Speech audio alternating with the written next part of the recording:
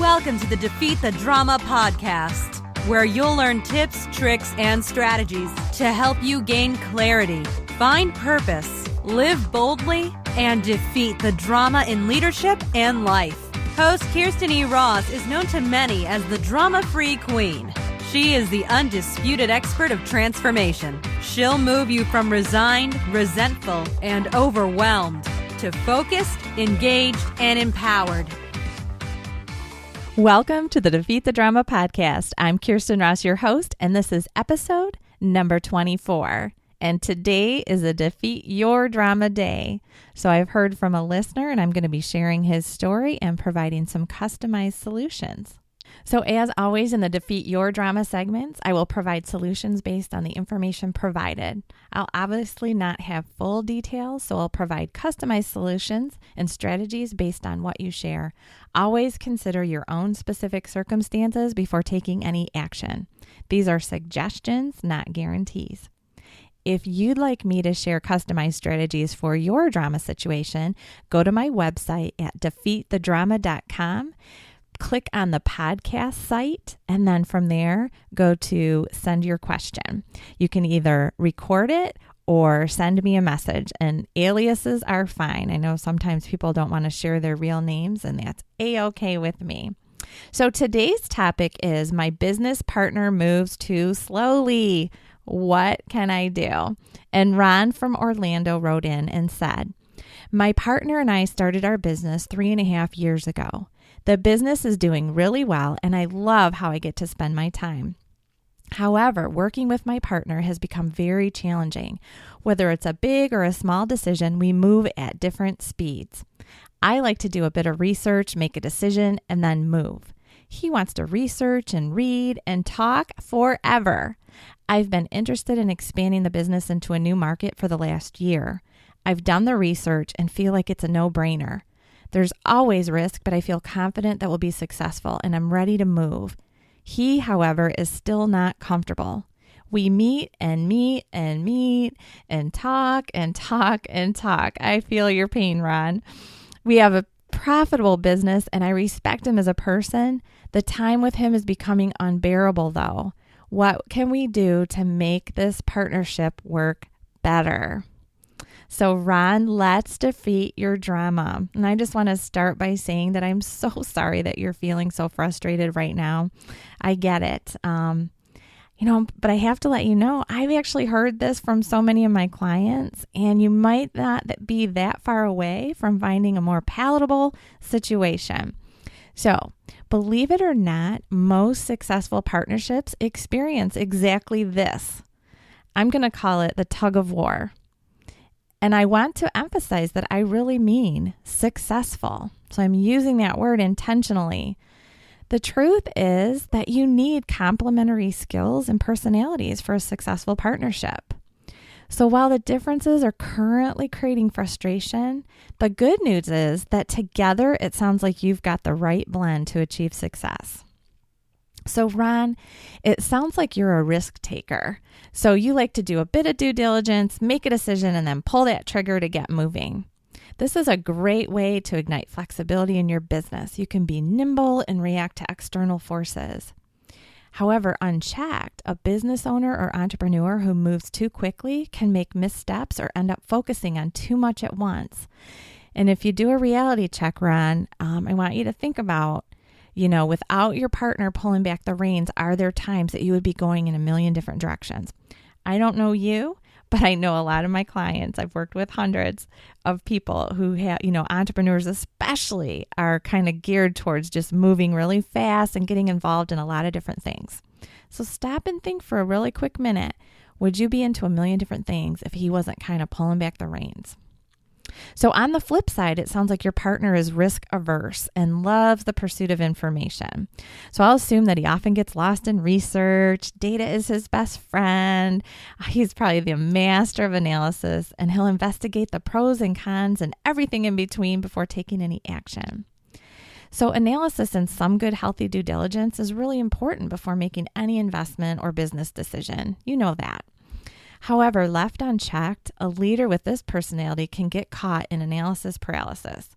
So there's no chance to make swift maneuvers that allow you to be nimble in times of external upheaval, or if you have something going on inside of your business. There's no way to benefit from unanticipated business opportunities that could prove advantageous. So neither style is 100% optimal. Truly, the perfection is found in the blend between the two. So as I said before, it really sounds like the two of you have a really, really good blend to have a successful business. So that's the good news. So now let me give you a couple strategies to help make the differences between you more palatable. Because you know what? I hate to tell you this, but they're not going to go away. And you really don't want them to go away. I don't want you rolling over and letting him, create his timing all the time. And I don't want him rolling over and letting you, jump willy-nilly at every opportunity that comes up. So the goal is to find the currently frustrating differences more palatable. So here's what I recommend. 1, appreciate. So rather than feeling frustrated by his slow action, come from a place of appreciation. You need him to protect you from you, and he's got to do the same. You'll come up with great ideas and push for action while he'll pull back on the reins to assure that there's good due diligence prior to making a change or investing in something new. The differences are good, so be thankful. So the truth is, often in situations we can't change, the circumstance that we're in, but we can change our reaction to it, how we look at it. So right now you're choosing to say, I am frustrated. I'm angry. I can't stand this. Everything's way too slow. And that's your 100% focus. So I'm asking you to try on for size a new focus, which is instead of being frustrated with him, appreciate him. I know it might be tough from where you sit today, but over time, if you continue to focus on, and again, do those reality checks, it'll be really important. How many times has his need to kind of slow things down been a good thing for you and your business? So stop and think about that. Overall, I'm going to guess that there are good times. So that first one is appreciate. The second, meet in the middle. Have a conversation, and both of you must commit to live in some amount of discomfort. That's the reality. So he must choose to appreciate the discomfort he feels with the speed at which you'd like to move into new markets, and you with the slow pace of his data-rich analysis. So if one of you is fully comfortable, you're either moving too quickly or too slowly. So agree to meet in the middle for what's probably the perfect pace. Do set some ground rules, though, for certain circumstances where you each commit to allowing the other to win. So I'm not saying always meet in the middle, but ahead of time, like away from where you're kind of in conflict over a specific certain circumstance, have a conversation about specific situations where he's going to let you go faster or you're going to let him go slower. So for instance, perhaps there's a great opportunity with a tight deadline. And, you're either going to use it or lose it. And you've done the quick due diligence and you set aside the time to talk to him, and he's going to feel really uncomfortable. That's just the reality of it. But under certain circumstances, and again, try to flush those out ahead of time, he must put himself in more discomfort for that one circumstance to allow for a swifter response. Likewise, if there's a bigger business move, you might have to agree to a more grueling period of data analysis so that he's more comfortable. But again, come up with those ground rules and kind of the boundaries around that ahead of time. So most of the time, try to meet in the middle. You're both going to be uncomfortable. That's just the reality of it. And that's where that perfect blend exists. But under certain circumstances that you figure out ahead of time, you get to move swifter or he gets to slow things down. The last one is choose to find humor. So in every moment, we have the power to choose our reaction. I kind of just said that, but you can choose to feel frustration or you can choose to see the humor. Choose to appreciate and laugh at your differences rather than building resentments. I've had a lot of, like I said, many of my clients in partnerships have this very same dynamic, and some of them are already good at appreciating each other and finding humor. Others are where you are now in complete frustration. So one of the things I have them do is develop some humorous words or phrases that mean you're driving me crazy.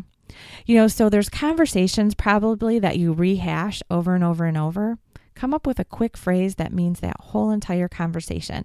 I would recommend something funny. So instead of like rehashing an hour and a half long conversation that you've had over and over and over for the past 3 years, have the one quick funny little phrase that you'll say that means the whole thing. Be playful with it. Be playful with your differences. Then laugh together as you relish in your success.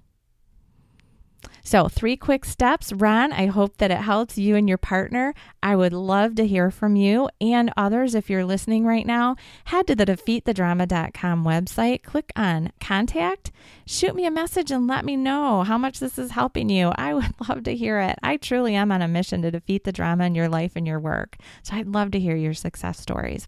As always, the show notes are available there as well. Click on the podcast site from defeatthedrama.com, find the episode, and you'll find the show notes. Also, the 3 S's: subscribe, submit, and support. So if you haven't already subscribed to the podcast, please do that. Go to either iTunes or Stitcher and subscribe so you know when new episodes launch. Submit a review. Reviews help others find this podcast more easily. And 3, support. I really am on a mission to defeat drama. And the more people who know about this information, the quicker we can defeat it. Wouldn't this world be a greater place? So share it, social media, email, or the old-fashioned way with a face-to-face conversation or a phone call. I'd really appreciate it. Also, if you want some additional individual help, I am here and available for that as well. That same contact form will reach me. So if I can be of service to you wherever you are, let's connect, and I'd love to help you. So until next time, make it a great day.